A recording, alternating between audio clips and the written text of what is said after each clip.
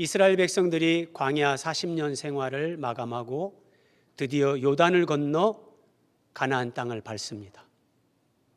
길갈에 진을 치고 첫 번째 가나안 정복 전쟁, 여리고성 함락 작전에 들어갑니다. 하나님의 초자연적인 은혜, 그런 초월적인 능력으로 이스라엘 백성들은 그 난공불락의 요새라고 하는 여리고성에 무혈 입성합니다.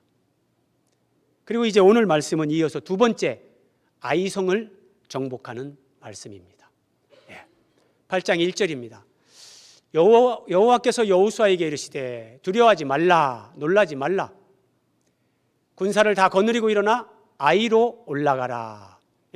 두 번째 이제 전쟁 아이성 전투입니다. 아이로 올라가라. 내가 아이 왕과 그의 백성과 그의 성읍과 그의 땅을 다 내 손에 주었으니, 내 손에 주었으니. 하나님께서 이제 아이성을 내 손에 붙여줬다 말씀하시고, 여리고와 그 왕에게 행한 것 같이 아이성에서도 똑같이 행해서 그 성을 취하라 말씀하시는 거예요. 그런데 2절 말씀 끝부분에 조금은 우리가 이상한 말씀을 하나 보게 됩니다. 너는 아이성 뒤에 복병을 둘지니라. 하나님이 이렇게 말씀하십니다. 복병을 둬라. 병력을 매복시키라는 거예요. 병력을 매복시켜라, 이런 말씀을 하시는데, 하나님께서 한마디로 이제 매복 작전을 명령하시는 건데, 우리가 성경을 조금 더 이렇게 깊이 묵상을 하면 좀 이상하다, 이런 것을 발견하게 됩니다. 자, 어떤 의미냐면 3절입니다. 하나님의 매복 작전, 복병을 두라, 이 말씀을 듣고 이제 여호수아가 용사 3만 명을 보냅니다. 그러면서 너희는 매복하되 그 성읍에서 너무 멀리하지 말고 다 스스로 준비하라 그럽니다. 매복 작전을 명령하십니다. 자, 매복 작전은 군사력이 열세에 있는 약자가 전면전에서 승산이 없을 때 매복했다가 어떤 기습 공격 이런 것으로 전세를 뒤집어서 승리를 하려고 주로 약자가 쓰는 그런 방법이란 말이죠. 그런데 어떻게 전능하신 하나님께서 이런 약자가 쓰는 매복 작전을 하나님의 군대라고 하는 이스라엘에게 명령하시냔 말이에요. 예컨대 하나님이 하나님 되심을 나타내시려면 모세야, 내 손에 지팡이를 홍해를 향해서 들라. 지팡이를 들었더니 홍해가 쫙 갈라지는 거예요. 이 정도 돼야 진짜 이스라엘의 하나님은 살아계시고 위대하시다, 하나님께 영광이 돌려질 터인데, 지금 아이성을 하나님께서 붙여주셨다라고 하면서 군사를 매복시켜라, 매복 작전을 명령하시는 거예요. 우리가 이 매복 작전에 담겨있는 하나님의 메시지를 듣기 위해서는 여호수아 6장, 7장의 내용을 확인할 필요가 있습니다. 여호수아 6장 2절입니다. 하나님께서 여호수아에게 이제 여리고성을 점령하게 하시는데, 그 성 주위를 엿새 동안 매일 한 바퀴씩 돌아라 그래요. 그래서 양각 나팔을 가진 제사장들이 맨 앞줄에 서고 여호와의 언약궤가 그 뒤를 따르고 또 그 뒤에 이제 군사들, 백성들이 따르고 이렇게 하면서 여리고성을 하루에 한 바퀴씩 엿새 동안 그렇게 성을 돌았습니다. 자, 그런데 하나님께서 승리를 주시기 전에 한 가지, 이렇게 하면 안 된다고 한 가지 제한을 두시는 명령을 하십니다. 너희는 그 바친 물건에 손대지 말라. 여리고성을 하나님의 은혜로 함락하게 될 건데, 그 여리고성 안에 있는 금은 보화나 가축이나 의류나 무엇이 됐든지 손대지 말라. 하나님께서 분명히 이렇게 말씀하셨습니다. 그리고 이제 성을 6일 동안 돌고 일곱째 날 여리고성을 7바퀴를 돌고 백성들이 소리를 질러 외칩니다. 그랬더니 성벽이 여리고 성벽이 무너져 내렸습니다. 아마 하나님을 인격적으로 만나지 못한 사람들이 이런 말씀을 보면 세상에 저런 일이, 이건 성경은 거짓말이다, 이렇게 얘기할 겁니다. 근데 하나님은 정말 이런 하나님의 살아계심을 이런 초자연적인 능력을 통해서 나타내시고 난공불락의 요새라고 하는 여리고를 이스라엘 백성들이 무혈 입성하도록 은혜를 베푸셨습니다. 그런데 이 여리고를 함락하는 과정 가운데 아간이란 사람이 하나님의 말씀을 어기고 하나님께 다 바쳐져야 될 물건 가운데 일부를 자기가 훔쳐서 감췄습니다. 사람의 중심을 보시는 하나님, 모든 것을 아시는 하나님께서 이걸 모르실 리 없죠. 그래서 여호와께서 이스라엘 자손들에게 진노하시니라. 그런데 여호수아는 지금 이 아간의 범죄를 모르고 있습니다. 믿음의 용장임에도 불구하고 여호수아도 어떻게 보면 하나님의 섭리 안에서 방심을 합니다. 그러면서 이제 함락하게 될 두 번째 전투를 하게 될 아이성에 정탐꾼을 보냅니다. 정탐을 마친 정탐꾼들이 돌아와서 이렇게 보고를 합니다. 여호수아 장군님, 이 아이성은 여리고에 비하면 정말 아이처럼 작습니다. 백성을 다 올라가게 하실 필요가 없습니다. 군사 중에 2-3천 명만 올라가서 아이를 치게 하십시오. 2-3천 명만. 그들은 소수입니다. 이렇게 얘기를 하는 겁니다. 자, 여기서 우리가 생각해야 됩니다. 이스라엘 백성들이 여리고성에 무혈 입성할 수 있었던 비결, 이스라엘의 군사력이 아니었습니다. 어떤 탁월한 전략이 아니었습니다. 하나님께서 이 여리고를 네 손에 붙였다, 하나님께서 여호수아를 통해서 이스라엘에게 주신 약속의 말씀, 그리고 그 약속의 말씀대로 엿새 동안 한 바퀴씩 돌고 일곱째 날 7바퀴를 도는 것, 말씀에 대한 순종, 그것으로 이스라엘은 여리고를 함락하고 무혈 입성했던 겁니다. 그런데 여리고에 비해서 훨씬 작은 아이성을 앞에 두고 지금 이스라엘 공동체 전체가 하나님 앞에 교만하고 영적으로 방심하는 겁니다. 정탐꾼들의 이 이야기를 듣고 여호수아가 하나님이 말씀하신 것도 없는데 여리고성을 함락시킬 때는 분명히 이 성을 네 손에 붙였다, 하나님이 말씀을 주셨어요. 그런데 지금 여호수아 7장에서는 하나님이 아이성을 너에게 붙였다라는 말씀이 전혀 없습니다. 하나님이 주신 말씀도 없는데 이스라엘이 하나님께 묻지도 않고 자신들의 판단, 자신들의 생각으로 이건 2-3천 명이면 되겠습니다. 그리고 아이성 전투에 나간다는 겁니다. 자, 그 결과가 어떻게 되는가 보십시오. 여호수아가 백성 중에서 3천 명쯤 아이로 올라가게 했습니다. 그런데 이 전투에서 이스라엘이 밀리는 겁니다. 그리고 이스라엘 군사 가운데 36명쯤 전사를 합니다. 그래서 이스라엘의 군사, 이스라엘 백성들의 마음이 물처럼 녹아내렸다 그럽니다. 이스라엘 백성들의 마음이 얼마나 참담했을까요?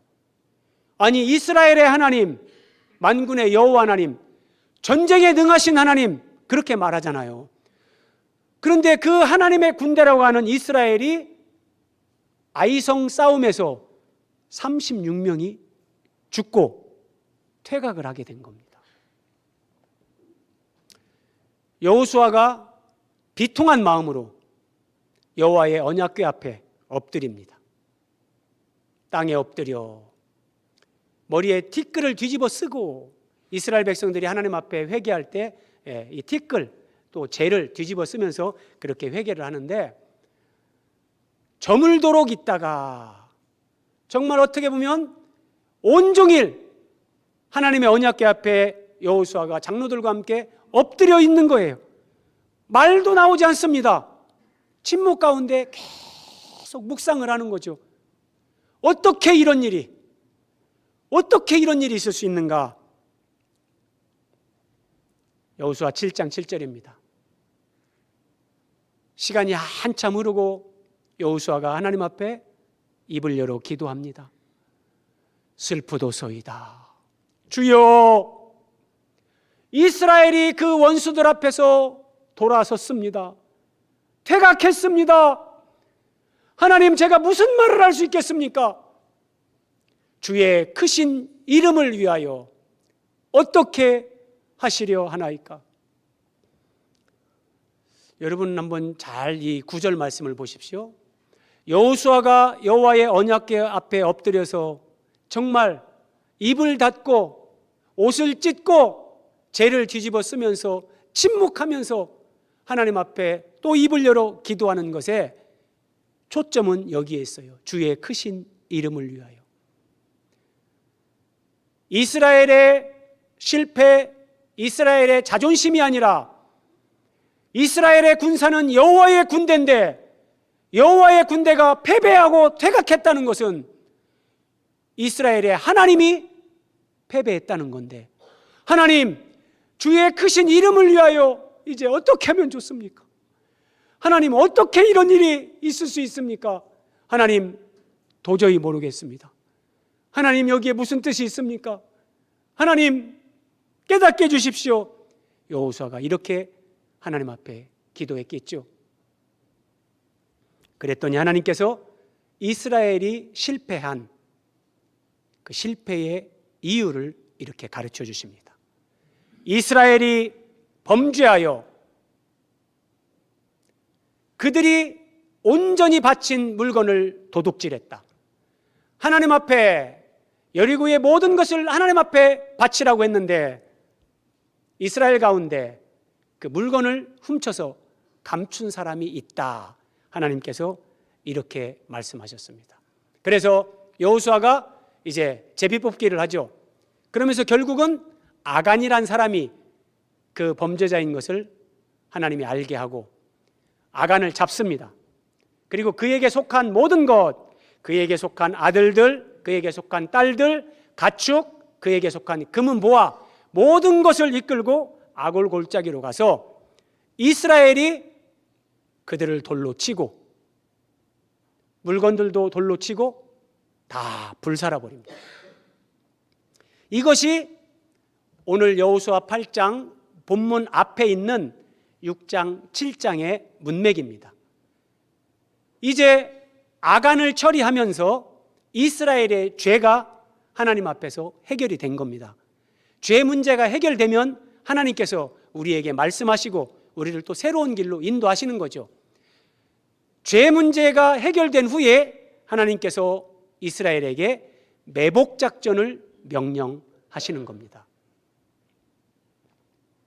자, 오늘 본문으로 돌아와서 8장 5절입니다.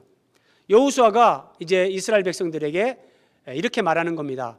우리가 매복을 했다가 아이성 부근에 매복을 했다가 그들 앞에서 또 퇴각하는 것처럼 도망을 할 것이다. 그리하면 성 안에 있던 그 사람들이 추격해야 되겠다. 성문으로 나와서 우리의 유인을 받아서 따라올 것이다. 그러면 그때 우리가 도망할 때 그때 너희는 매복한 곳에서 일어나 그 성읍을 점령하라. 이렇게 얘기하는 겁니다. 너희는 매복한 곳에서 일어나. 이게 하나님의 매복 작전입니다. 하나님의 매복 작전.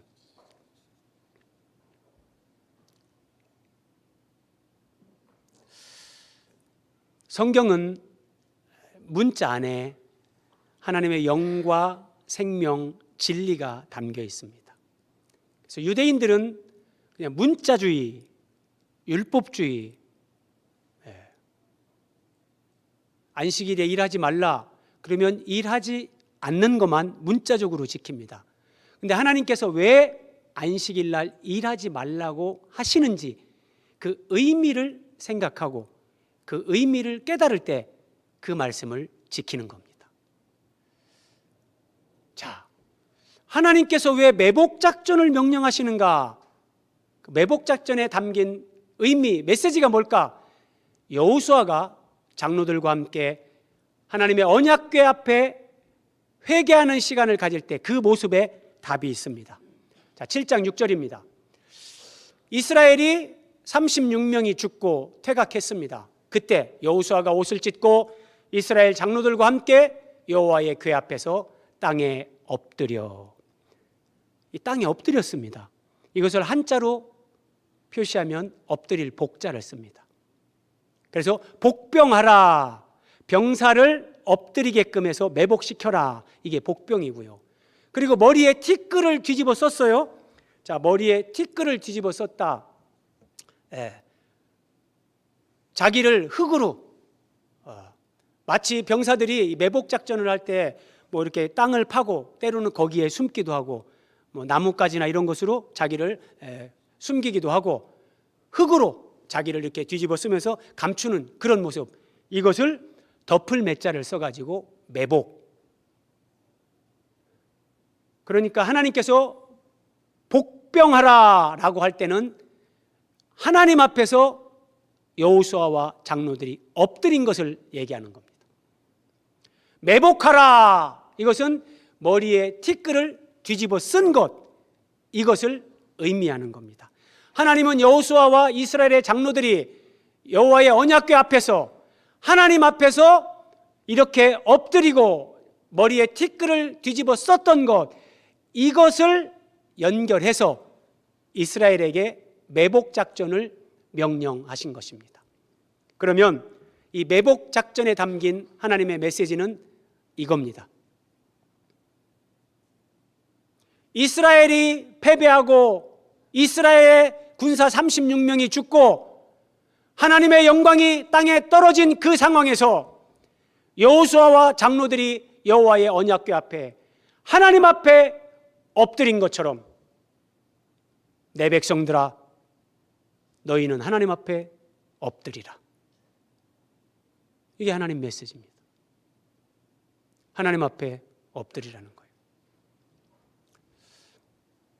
가톨릭에서 사제들이 사제 서품을 받을 때 보면 그들이 그냥 이렇게 완전히 바닥에 온몸을 개구리가 쫙 뻗는 것처럼 그렇게 바닥에 쫙 자기 몸을 바닥에 엎드려서 그냥 일체를 시켜버립니다. 하나님 뜻에 그렇게 엎드리고 복종하겠다는 맹세를 하는 그런 표현입니다. 자, 그렇게 종교적인 어떤 퍼포먼스를 하면서 내가 그렇게 사실 한번 엎드린다 할지라도 우리가 믿음으로 살면서 하나님 앞에 늘 엎드리는 것은 그렇게 쉬운 게 아닙니다. 한번 내가 특별한 작정 기도를 하면서 내가 특별한 새벽 기도를 나는 정말 몇 달을 기도를 하겠다 작정을 하고 기도할 수 있습니다. 그런 것도 하나님 앞에 엎드리는 것일 수 있지만, 그러나 그 작정한 기간의 기도가 끝나고 내가 봉사하는 그 봉사가 끝나고 내 일상에서 내가 정말 하나님 앞에 엎드리는 사람인가? 하나님의 관심은 여기에 있는 겁니다. 그런 측면에서 너희는 하나님 앞에 엎드리라 말씀하시는 겁니다. 하나님 앞에 엎드리는 것은 종교적인 어떤 퍼포먼스 하나로 끝나는 것이 아니라 내 삶의 결정권, 내 삶의 주도권을 하나님 앞에 드리는 겁니다. 여러분이 이 말씀을 지금 이 시간 여러분에게 적용해 보십시오. 나는 내 삶의 결정권, 주도권이 하나님께 있는가, 나에게 있는가? 하나님 앞에 엎드린다는 것은 하나님 뜻에 어떤 경우에도 내가 순복하겠다는 신앙적 결단이고 약속입니다. 내 성공과 실패, 내가 죽고 사는 것까지도 하나님께 맡기겠다는 의탁입니다. 그러면 여러분, 이 말씀을 뒤집어 볼까요? 만약에 내가 하나님 앞에 엎드리지 않는 사람이라면, 나는 하나님을 믿고 예수 그리스도 안에서 구원받았다고 내가 확신하고 있지만, 그럼에도 불구하고 그 사람은 아직 내 삶의 결정권, 주도권을 하나님께 맡기지 않고 내가 쥐고 있는 겁니다. 하나님 앞에 내가 엎드리지 않는다면 어떤 경우에는 내가 순종하고 어떤 경우에는 순종하지 않는, 순종을 내 편리에 따라 내가 취사 선택하는 사람인 겁니다. 하나님 앞에 엎드리지 않는다면 성공은 좋고 축복은 좋은데, 하나님이 나에게 연단, 고난, 나를 훈련하실 때 하나님, 그것은 따라가지 못하겠습니다. 예컨대 이런 믿음의 삶을 살고 있는 거란 말입니다. 그래서 이런 모든 것들을 한 번이 아니라 우리 전 인생에서 하나님은 우리에게 이런 엎드리는 것을 가르쳐 주시기 위해서 오늘 매복작전을 말씀하십니다. 예수님을 한번 보십시오. 겟세마네 동산에서 예수님께서 기도를 하시는데 조금 나아가사 얼굴을 땅에 대시고 엎드려. 이게 예수님의 삶이었습니다. 이게 엎드리는 삶입니다. 예수님은 처음부터 끝까지 이 삶을 사셨습니다. 그래서 겟세마네 동산에서 십자가를 앞에 두고 또 엎드리시고, 엎드리는 사람의 기도가 어떤 건지 보십시오. 이 잔을 내게서 지나가게 하옵소서. 그러나 나의 원대로 마시옵고 아버지의 원대로 하옵소서. 이게 하나님 앞에 엎드리는 사람들의 기도입니다. 이것이 하나님 앞에 엎드리는 사람들의 삶입니다.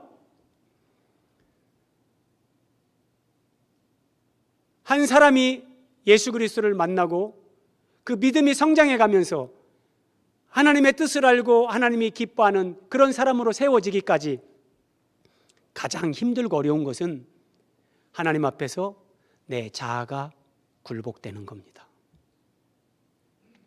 어떤 사람은 신앙생활 초기 때 주일마다 예배 오는 거, 도대체 주일마다 교회 가고 그럼 내 시간은 어디 있어? 처음에 이런 경험이 있잖아요. 그리고 조금 지나면 교회 다니면 11조 한다고? 10분의 1을 헌금하고 어떻게 살라고? 그런데 시간이 지나다 보면 주일 성수도 기쁨으로 되고 헌금 문제도 감사함으로 그냥 자원함으로 되고 다 됩니다. 그런데 오랜 세월이 지나도 정말 쉽게 되지 않는 것은 내 자아가 하나님 앞에 굴복되는 겁니다. 이게 신앙의 본질입니다. 내가 아무리 하나님 앞에 충성하고 봉사하는 것 같다 할지라도 내 지정의, 내 전인격이 하나님 앞에 굴복되어지지 않고 하나님 앞에 복종하지 않는다면 그것은 많은 경우 자기를 속이는 겁니다. 하나님께 영광을 돌린다고 하지만 어쩌면 자기의 영광을 추구하는 것일 수 있습니다. 하나님은 이걸 다 아십니다. 그래서 내가 정말 하나님 앞에 엎드린 사람인가? 내 자아가 굴복된 사람인가? 하나님과의 관계 속에서 내 자아가 이렇게 굴복되고 엎드려지면 그때부터는 여러분 신앙생활에서 이제 그냥 순풍의 돛단배처럼 그렇게 갑니다. 고난이 없단 말이 아니라 고난이 와도 고난에 휘둘리지 않습니다. 그 고난에 담긴 하나님의 뜻이 뭔가, 그것을 묵상하고 기도하면서 오히려 그 고난 때문에 하나님과 더 깊은 동행이 시작됩니다. 여러분, 정말 지속적인 평안을 누리고 싶습니까? 그러면 궁극적으로 내 자아를 점검하십시오. 나는 하나님 앞에 엎드린 사람인가? 굴복된 사람인가? 그게 아니면 우리의 신앙은 아직 어린아이 신앙이요, 하나님의 훈련과 연단이 더 많이 남아있다는 겁니다. 복병하라, 매복하라, 공통적으로 복자가 들어갑니다. 이 복자가 엎드릴 복인데, 엎드릴 복. 자, 엎드릴 복자를 한번 파자를 해보면 이렇게 됩니다. 사람인변에 개견자, 이게 합쳐져서 엎드릴 복이 되는 거예요. 그럼 어떤 의미냐? 주인인 사람이 있고 개가 주인 앞에 이렇게 엎드려서 개의 주인의 얼굴을 보면서 주인의 눈치를 살피는 거예요. 우리 주인님이 뭐라고 말씀하시는가? 우리 주인님이 뭐라고 하시는가? 나에게 뭘 던지면서 물어오라고 하는가? 나보고 무슨 말을 하시는가? 이렇게 주인을 보는 거예요. 개가 주인 옆에 엎드려 주인의 뜻을 살피는 모습. 조금 더 관심 있는 분들은 시편 123편을 나중에 찾아서 보십시오. 종이 상전의 손을 바라보는 것 같이 여종이 여주인의 손을 바라보는 것 같이 우리가 주의 은혜를 사모하나이다. 시편 기자가 그러거든요. 예, 종들이 주인이 어떻게 무엇을 지시하실지 그거를 항상 주인의 손을 보면서, 여러분, 이게 엎드린 사람, 엎드린 사람이요. 9절입니다. 여호수아가 그들을 보내매 군사 3만 명을 보내서 매복을 시킵니다. 여러분, 정탐꾼이 몇 명을 보내라고 했죠? 2~3천 명, 한 3천 명을 보냈습니다. 그런데 하나님은 3만 명을 명령하시고 3만 명이 올라갑니다. 어떤 경우에는 많은 숫자를 하나님이 기뻐하지 않아요. 그런데 여기서는 그 반대입니다. 이스라엘 백성들이 교만해지고 그냥 2~3천 명이면 되겠습니다 라고 하는데 하나님은 3만 명, 그래서 3만 명을 보내고 그들이 이제 베델과 아이 사이에 매복합니다. 하나님 앞에 엎드린 겁니다. 이렇게요. 이렇게 엎드렸는데, 엎드리고 그 밤을 지나게 됩니다. 그러면 여러분, 전쟁 전야에 이렇게 매복하고 엎드린 이 3만 명은 무엇을 생각했을까요? 하룻밤을 엎드린 상태로, 매복한 상태로 지나는 거예요. 풀벌레 소리도 들렸을 겁니다. 하늘의 별도 보였을 수 있습니다. 그러나 그 엎드림 가운데 이들은 생각하는 겁니다. 아, 그렇구나. 우리가 하나님 말씀에 순종하고 그 약속의 말씀을 믿고 그 말씀을 따라갔을 때 하나님은 우리에게 여리고에 무혈입성하는 승리를 주셨지.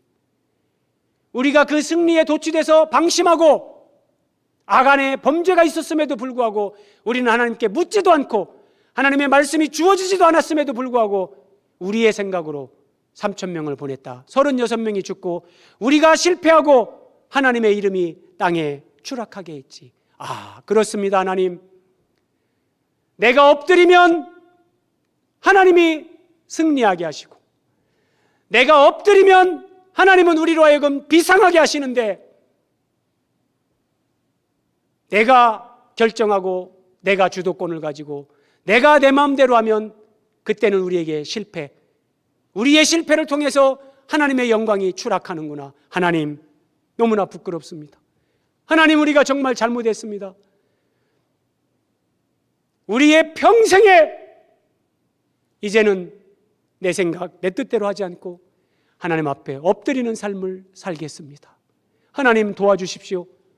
이런 기도를 하면서 그 밤을 지내지 않았겠습니까? 여호수아는 그 밤에요.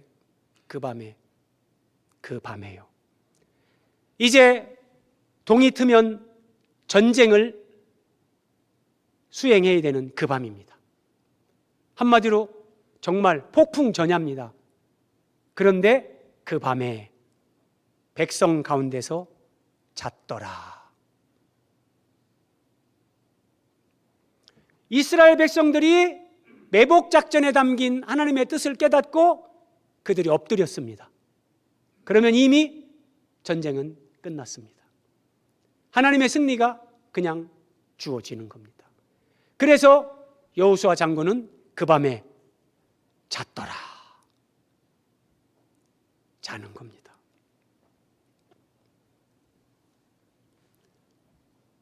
하나님과의 관계 속에서 내 의지, 내 생각, 내 감정이 하나님 앞에 굴복된 사람들. 이게 뭐 굴종이 아니에요. 여러분, 사랑하면 서로 포로가 되잖아요. 아무리 힘이 센 남자일지라도 자기가 사랑하는 여자 앞에 힘이 있어도 시키는 대로 하고 끌려다니고 그렇게 되는 거예요. 그런 측면에서 복종이고 그런 측면에서 엎드림을 얘기하는 거예요. 주님을 사랑하기 때문에 그 사랑으로 내가 하나님 앞에 주님처럼 나도 엎드리겠습니다. 그 삶을 살아가면 폭탄이 떨어지는 전쟁터 속에서도 평안할 수 있습니다. 에이, 설마요. 복음서에 예수님이 제자들은 풍랑이는 바다에서 죽게 됐다고 소리치는데 예수님은 주무시고 계시잖아요. 예수님의 그 주무시는 그 의미, 하나님 아버지와의 그 관계 속에서 예수님은 엎드림을, 그게 그냥 삶이 되고 인격이 되고 그냥 주무시는 거예요.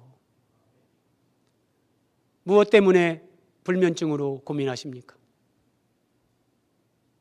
목사님, 저는 그거하고 상관없고 나는 갱년기라서.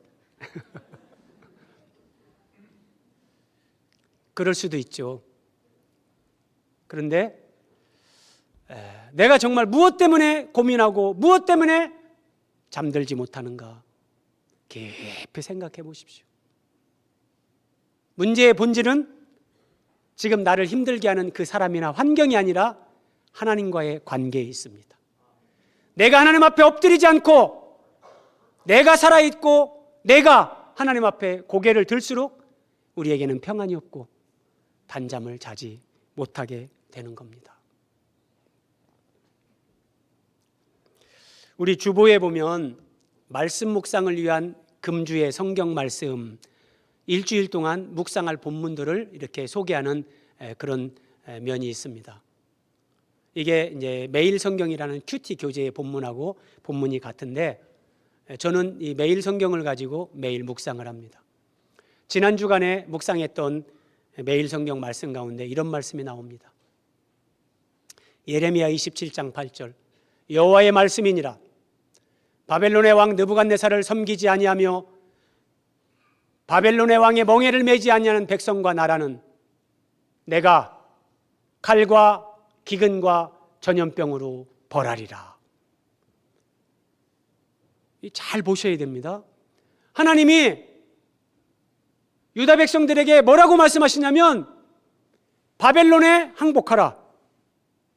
그리고 너희는 바벨론의 포로로 끌려가서 느부갓네살 왕을 섬겨라. 그리고 다른 본문에 보면 심지어 뭐라고 나오냐면 너희는 바벨론의 포로로 살면서 바벨론의 평안을 위해서 기도하라. 이렇게까지 말씀하세요. 우리의 일반적인 상식, 종교적인 관념으로는 도저히 수용할 수 없는 말씀입니다. 아니, 하나님의 백성들이 어떻게 바벨론에 항복할 수 있는가? 하나님의 백성들이 어떻게 바벨론의 포로로 끌려갈 수 있는가? 하나님의 영광을 위해서라도 우리는 결상전해야 된다. 이것이 믿음이라고 생각합니다. 그런데 아닙니다. 하나님은 이스라엘 백성들이 너무나 오랫동안 하나님 앞에 범죄하면서 그들을 바벨론에 보내서 70년 동안 훈련하고 연단하셔서 그들을 새롭게 빚으셔서 다시 돌아오게 하려고 계획하셨습니다. 그래서 바벨론에 항복하는 것이 하나님의 뜻입니다. 깊이 생각하셔야 됩니다. 우리의 종교적인 관념, 일반적인 상식은 결단코 바벨론에 항복하는 것이 하나님의 뜻이 아닙니다. 우리는 동의 못합니다. 그래서 항복하라고 외치는 예레미야 선지자를 가리켜서 저거 거짓 선지자다 비난하는 사람들이 그 당시에 많았습니다. 그런데 항복하라는 것은 하나님의 뜻이었습니다. 왜냐하면 이 말씀 보십시오. 그 본문 앞에 훨씬 앞에 예레미야 21장 9절에 하나님은 이미 이렇게 말씀하셨어요. 이 성읍에 사는 자는, 이 성읍은 예루살렘입니다. 이스라엘 백성들이 종교의 성지로 가장 자랑스러워하는 예루살렘, 하나님을 섬기는 성전이 있는 예루살렘. 그런데 하나님이 뭐라고 말씀하시냐면 이 성읍에 사는 자는 칼과 기근과 전염병에 죽을 것이다. 갈대아인 바벨론에게 항복하는 자는 살 것이다. 하나님이 항복하라고 미리 말씀하셨어요. 여러분 이해하시겠습니까? 이거 수용하실 수 있겠습니까? 하나님을 사랑한다고 하는 사람일수록, 하나님 앞에 열심히 있는 사람이라고 할수록 아마 이 말씀을 더 받아들이기 어려울 겁니다. 그런데 하나님께서 왜 바벨론에 항복하라고 하는가? 하나님 말씀을 듣고 바벨론에 항복할 수 있는 사람은 딱 한 사람, 한 부류의 사람, 하나님 앞에 항복한 사람만 바벨론에 항복할 수 있습니다. 하나님은 이걸 말씀하시는 겁니다. 너희들의 상식, 너희들의 종교적인 관념, 너희들의 경험, 그것이 중요한 것이 아니라 내 말에 순종하라. 항복하라. 그러면 너희가 산다. 여기까지 우리의 신앙이, 하나님과의 관계에서 우리의 의지, 우리의 감정, 우리의 생각이 여기까지 하나님 앞에 드려져야 되는 겁니다. 여기에서 그리스도의 장성한 분량에 이르는 사람이 되는가? 영적 어린아이 수준에 계속해서 머무는가? 여기에서 나뉘는 겁니다. 도저히 수용할 수 없는 상황에서 하나님께 전인격적으로 항복하는 것, 이것이 매복 작전에 담긴 하나님의 메시지입니다. 오늘 추수감사절, 맥주감사절, 우리가 감사의 예물을 하나님 앞에 드립니다. 그런데 여러분, 하나님이 우리에게 진짜 기대하시는 맥주감사절의 예물은 정말 헌금 봉투겠습니까? 물론 헌금도 귀하죠. 그런데 내가 하나님 앞에 헌금은 드릴 수 있지만 헌신하지 않을 수 있습니다.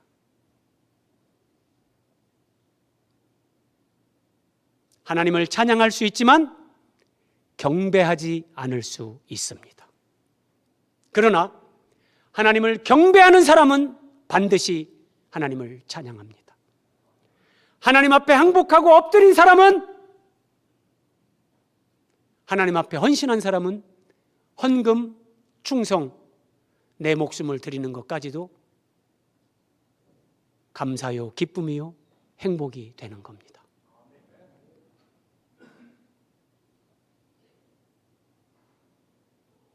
너희는 매복하라. 하나님 앞에 엎드리라. 주님이 우리를 오라 하시는 그날까지 이 말씀의 원리를 따라서 엎드림으로 하나님 앞에서 비상하는 우리의 삶이 되기를 우리 주 예수 그리스도의 이름으로 기원드립니다.